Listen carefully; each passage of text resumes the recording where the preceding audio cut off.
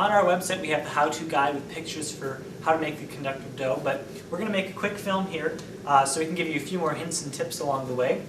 And to get started here, I have all the dry ingredients in one bowl. So this is 1 cup of flour and 1/4 cup of salt and 3 tablespoons of cream of tartar. And the cream of tartar is necessary. It helps keep the consistency of the dough as it sits over time. And without it, it gets very liquidy. And then in this bowl here, I have all of our wet ingredients. I have 1 cup of regular water. You're not going to use distilled or deionized water for the conductive dough. And then I also have 1 tablespoon of vegetable oil and food coloring. And the guide for food coloring that we found works best is usually on the back. There's a white cake mix directions for coming up with some different colors. And if we follow those, it usually works out really, really well, the color of the dough when it's all done cooking.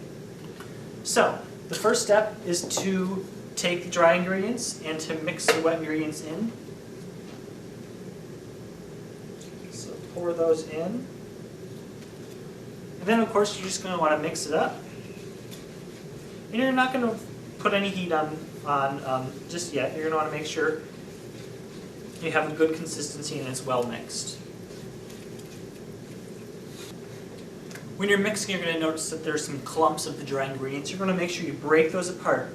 And then, once you get a consistent looking mixture, you can start to apply some heat. What we've realized that works well is to use just a medium heat, and then to make sure that you keep stirring it continuously.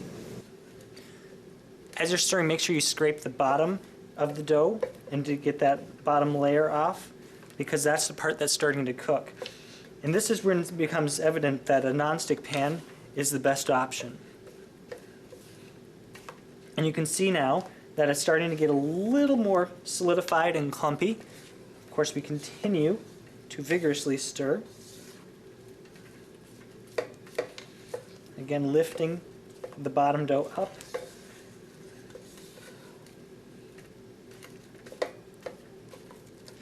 We're starting to get a very lumpy product. When it's cooking, you can see the bottom. It begins to get a little darker. You can see here. Make sure you scrape that side of the pan to get all of the dough and stick it there, and make sure you continue to stir. You don't want it to burn on the bottom.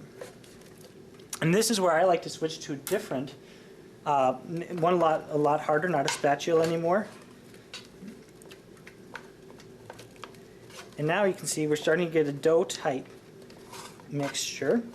And make sure you pat it on the bottom of the pan, but continue to flip it, otherwise it'll burn. When your dough feels nice and firm, you can turn off your heat source, and then we're going to move this to a sheet where we can add a little more flour to it and knead flour into it to get the consistency that we want the dough to be at. And now we begin kneading the dough. Be careful right at the beginning, the dough might be hot if you just took it off. And I like to get it covered with flour and then start to knead it. Once you found a consistency that you like, you can start playing with your squishy circuits right away, or you can put it in a plastic bag so that it doesn't dry out. I hope this has been a help. Thank you so much for watching. As always, if you have any questions or ideas or suggestions, please let us know. Thank you.